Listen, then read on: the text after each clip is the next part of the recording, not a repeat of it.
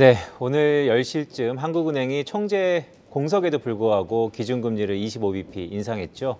오늘 적시성 있게 이분을 모셨습니다. 구경의 SK증권 연구위원입니다. 위원님, 안녕하십니까? 네, 안녕하세요.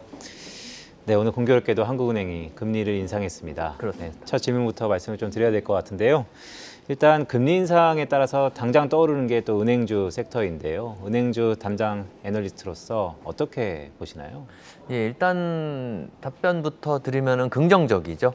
긍정적인데 사실은 이제 은행 업종 애널리스트 입장에서 중요한 것은 사실 단기 금리, 기준금리보다는 시장 금리거든요. 그래서 이미 지금과 같이 향후에 있을 기준금리 인상을 미리 반영해서 시장 금리가 올라놓은 상황에서는 사실은 이 기준금리 인상 하느냐 안 하느냐 자체는 왜냐하면 이번에 안 하면 다음에 할 수도 있기 때문에 그렇게 중요하진 않았던 것 같아요. 이게 약간 어떻게 보면 채권 시장을 보는 분들과의 차이가 있는 것 같고요. 그래서 결론부터 말씀드리면 긍정적이라고 봐야 될 것 같습니다. 지금 저희는 금리 상승세가 아직 더 지속될 것으로 보고 있고, 그 와중에 은행들이 순이자 마진의 확대라는 하나의 과실을 즐길 것이다, 이렇게 저희는 판단하고 있습니다.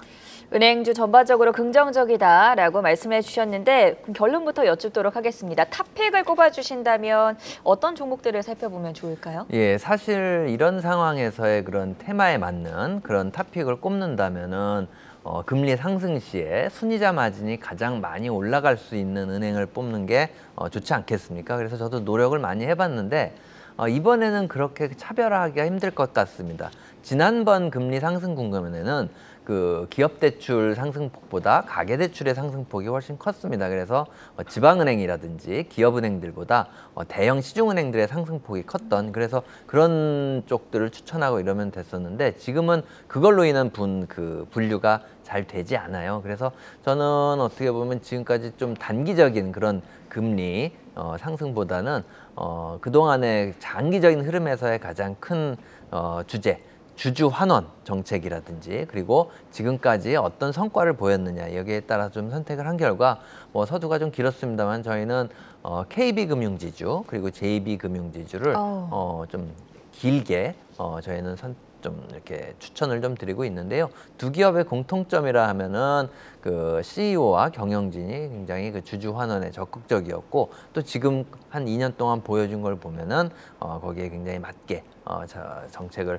펼치고 있어서 아마 장기적으로 보면 지금보다 더 은행주는 배당주로서의 역할을 많이 할 것으로 생각됩니다. 그래서 장기적으로 저희는 그 두 기업을 모든 은행주를 좀 좋아하는 편입니다만은 특히 그 두 기업들을 더 추천드리고 있습니다.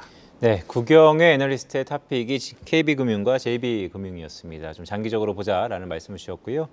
보고서 얘기를 좀 해볼까요?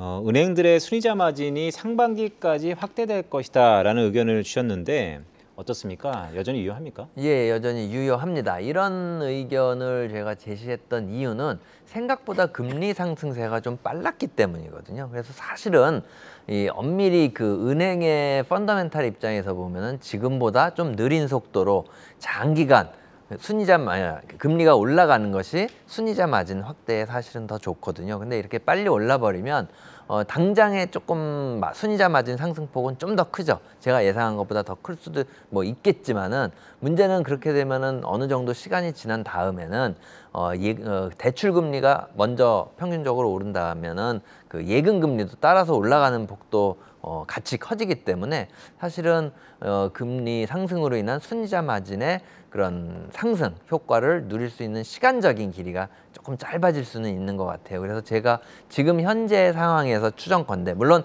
향후에 금리의 그 변화가 또 있다면은 모르겠습니다만, 일단 현재 기준으로 보면은 약 2분기 정도가 어떻게 보면 조금 순이자 마진이 좀 고점이 아닐까, 그 이후에는 향후 좀 내려가지 않을까라고 보는데, 다만 금리의 그런 변화가 그렇게 클 것 같지는 않기 때문에 순이자 마진이 그렇게 급격하게 내려가서 주가에 악영향을 주는 정도로까지 실현되지는 않을 것으로 저는 판단하고 있습니다.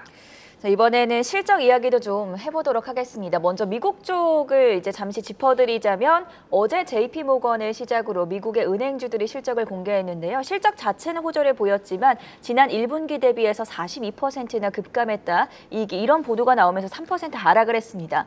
우리나라 은행들도 이제 다음 주부터 실적이 예정이 되어 있는데 전망 어떻게 보세요? 예, 일단 사실 그 애매한 부분이 있습니다. 왜냐하면 작년 1분기라는 게 그렇죠. 상당히 좋았던, 네. 전 세계 은행들이 상당히 좋았던 그런 시기였기 때문에 어떻게 보면은 그 기저 효과 때문에 그런 비교가 나왔을 수 있지 않겠느냐 이렇게 보고 있고요. 다만 그런 부분이 있을 겁니다. 미국의 은행들도 마찬가지겠지만 모두 한국 은행들도 비슷하죠. 그 각종 이제 증권업을 영위한다든지 그리고 유가증권을 많이 갖고 있는데 아시다시피 유가증권의 상당 부분은 채권이란 말입니다. 이번에 1분기에 금리가 굉장히 많이 올랐기 때문에 아마 이 채권 쪽에서 평가손들이 좀 많이 났었을 거고 이런 거는 국내 은행들도 비슷한 상황일 겁니다. 그래서 1분기 실적은 그닥 그 우리 투자자들의 눈높이를 그렇게 맞춰주지는 못할 가능성이 있습니다. 그 결과론적으로는. 그런데 저는 그것보다는 그 내용을 좀 봐야 된다고 생각하거든요. 아무래도 은행의 본업이 이자 영업과 거기서 나오는 이익이라고 본다면은 아무래도 그 약간은 사이드 쪽보다는 핵심인 순이자 마진의 확대 이런 측면이 조금 더 주가에는 더 연관성이 있지 않을까 싶어서 1분기 실적 그 자체보다도 그 실적이 주는 의미 이런 거를 좀 더 봐서 저는 1분기의 실적에 대해서 조금 만약에 충격이 오면은 그때 사야 된다. 오히려 이렇게 저는 생각을 하고 있습니다. 네, 예대 마진 관련돼서 말씀을 좀 주셨는데 예. 이창용 총재 지명자가 오늘 이런 말씀을 하셨어요. 주택담보대출 LTV 완화는 조금 신중해야 된다. 즉 부정적인 얘기인 것 같습니다. 결국 우리나라 가계대출의 최대 대출 여력이라는 게 부동산인데 예. 이 대출이 호전되지 않다라는 것은 은행으로 하여금 좀 부정적일 수 있는데 그거에 대해서는 어떻게 보시나요? 예. 저도 과거 데이터를 많이 분석해 보면서 은행의 대출 증가율이 좋았을 때 은행주가 좋았는가 요거에 대해서 조금 한번 분석을 해봤는데요. 결론적으로 말하면은 그렇게 큰 상관관계가 있지는 않았습니다. 그러니까 일반적으로 생각하는 거하고 좀 다른 결과가 나왔다고 보실 수 있는데요. 왜 그럴까 생각해 보시면 사실은 은행은 제조업이 아니기 때문에 매출이 무조건 는다고 해가지고 이익이 늘어나는 이런 구조가 아니거든요. 왜냐하면 은행은 그 특유의 수익 구조로 인해서 너무 많이 신용, 대출 이런 것들을 늘리면은 나중에 대손 충당금이라는 비용으로 돌아올 수 있는 그런 측면이 있습니다. 그렇기 때문에 주식 투자 측면에서도 그런 측면이 많이 반영됩니다. 그래서 결론적으로 말씀드리면 지금 오히려 너무 빠른 대출 증가를 더 지속하는 거는 장기적으로 안 좋을 수 있기 때문에 저는 지금 대출 증가율이 둔화되는 것이 조금 더 장기적으로는 유리하고 거기에 오히려 맞는 그런 코멘트들이었기 때문에 실제로 아시다시피 최근 올해 들어서 은행들의 가계대출 증가율은 조금 둔화되고 있습니다. 하지만 기업대출 증가율이 아직 플러스가 나오기 때문에 전반적으로는 안정화되고 있고요. 저는 오히려 더 좋은 측면이 장기적으로는 있다고 생각해서 일단 단기적으로 들으시기에는 좀 불안하실지는 모르겠어요. 하지만은 저는 그렇게 부정적으로 생각하지 않습니다. 그 어느 때보다 지금 장단기 금리에 대한 이야기가 많이 나오면서 시청자분들도 이렇게까지 장단기 금리가 중요한 것인가? 라고 궁금하신 분들이 많으실 것 같아요. 장단기 금리차 축소 현상에 대해서 경기 침체다 뭐 이런 우려가 커졌었잖아요. 은행주들에 미치는 영향은 좀 어떨까요? 지금 장단기 금리 차가 급격히 줄어들고 일시적으로 역전도 되면서 그렇죠. 주식시장 특히 이제 은행주뿐만 아니라 전체 주식시장을 보시는 분들이 다 조금 이제 우려를 하신 적이 있었는데 그거는 지난 한 30년 동안의 그래프를 그려보시면 항상 장단기 금리 차가 역전이 되거나 영에 수렴한 후에는 꼭 이제 이상한 일들이 생겼죠. 금융 불안기가 왔었기 때문에 이 경험에서 나오는 그런 측면이 좀 있거든요. 근데 반대 시각에서 보면 금융 불안기가 있었기 때문에 장단기 금리 차가 축소된 결과라고 볼 수도 있다. 그리고 2019년 그 장단기 금리 차 축소 이후에 2020년에 팬데믹이 온 거는 우리가 예측할 수 없었던 게 아니냐 이런 시각도 있기 때문에 너무 딱 굳어진 시각으로 볼 필요는 없다고 생각을 하고요. 특히 한국 같은 경우는 은행주, 저는 이제 은행 애널리스트니까 은행주만 놓고 보면은요, 장단기 금리 차가 주가에, 은행 주가에 미쳤던 영향은 그닥 크지 않았다. 그래서 뭐 장의 전체적인 시각을 볼 땐 당연히 봐야 되는 중요한 지표지만 은행주만을 볼 때는 장단기 금리 차는 그렇게 중요하게 보지 않으셔도 된다고 이제 저는 말씀드리고 싶습니다. 네, 제가 지금부터 좀 두 가지 질문을 드릴 건데요. 첫 번째 질문은 이렇습니다. 그렇다면 은행주에 대한 여전히 긍정적인 뷰가 올 내내 계속 이어진다라고 봐도 되는 건가요? 지금 현재로서는 한 3분기 정도까지가 아닐까. 물론 이거는 완전히 시나리오입니다. 이 각종 시나리오를 쌓고 거기에 따른 전략을 펼치는 건데, 물론 아시다시피 여러 가지 변수에 의해서 바뀔 수는 있습니다. 하지만은 현재의 한 2분기까지 순이자 마진이 늘어나고 이자익이 증가하는 그런 추세가 온다면 한 3분기 정도까지는 저는 은행주가 강세를 보이지 않을까 싶고요. 그리고 3분기에는 그렇게 크게 나타나진 않겠지만 후행적으로 나타나는 예금 금리의 확대, 이런 것들이 어떻게 보면 조금은 부담감으로 한 찬바람이 불 때쯤이면 조금 나타나지 않겠느냐라는 그런 생각을 처음 갖고 있습니다. 네, 그 말씀을 좀 해석해 보면 사실 지금의 예대 마진이라든지 은행의 순이자 마진의 확대폭은 상반기가 거의 정점이고 3분기부터는 그 부분이 축소돼서 사실 하반기에는 변수는 많지만 조금은 보수적으로 보자라는 말씀으로 제가 이해해도 될까요? 예, 그렇게 이해하셔도 됩니다. 네, 그렇다면 이 질문하고 연결될 수 있을 것 같은데요. 사실 뱅킹 애널리스트가 저는 뭐 다양한 애널리스트가 있지만 이 위기를 먼저 포착하는 데 있어서 상당히 중요하다고 봅니다. 97년도도 그랬고요. 2008년도도 그랬고요.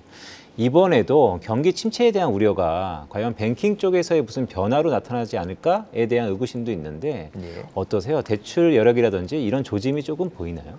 사실 이 은행주의 모든 투자 전략 시나리오는 금융위기가 없다는 전제하에 사실은 하는 거거든요. 만약에 그러니까 반대로 말하면 모든 투자 전략의 가장 우선순위여야 되는 것은 금융위기가 오느냐 아니냐거든요. 근데 만약에 금융위기가 온다 그러면 순이자 마진이 여기서 2배가 더 올라간다 하더라도 은행주는 빠질 수밖에 없습니다. 역사적으로 그 순이자 마진의 상승폭보다는 대손충당금의 증가폭이 은행들의 실제 실적을 좌우했었거든요. 근데 지난 2009년, 8년 금융위기 이후에 거의 한 13년 동안 전 세계 은행들의 자산 건전성이 굉장히 안정화되다 보니 지금은 그런 금융위기를 전제로 은행주 전략을 짜는 게 오히려 더 위험한 상황이어서 사실은 저는 그렇게 잡은 거고요. 만약에 저는 그렇게 생각하고 싶지 않지만 장단기 금리차 축소 또는 역전이 정말 글로벌 경제 침체로 이어진다라고 한다면은 은행주는 사실 단독적인 주식이 아니죠. 그러니까 무슨 말씀이냐면 게임이나 뭐 이런 주식들처럼 그 다른 세상 뭐 이렇게 경제가 어떻게 되든 따로 갈 수 있는 그런 주식이 아닙니다. 굉장히 시장 연관 주식이기 때문에 만약에 저는 뭐 기대하고 예상하고 있지는 않지만 그렇게 된다 그러면 은행주도 팔아야 된다고 저는 생각을 합니다.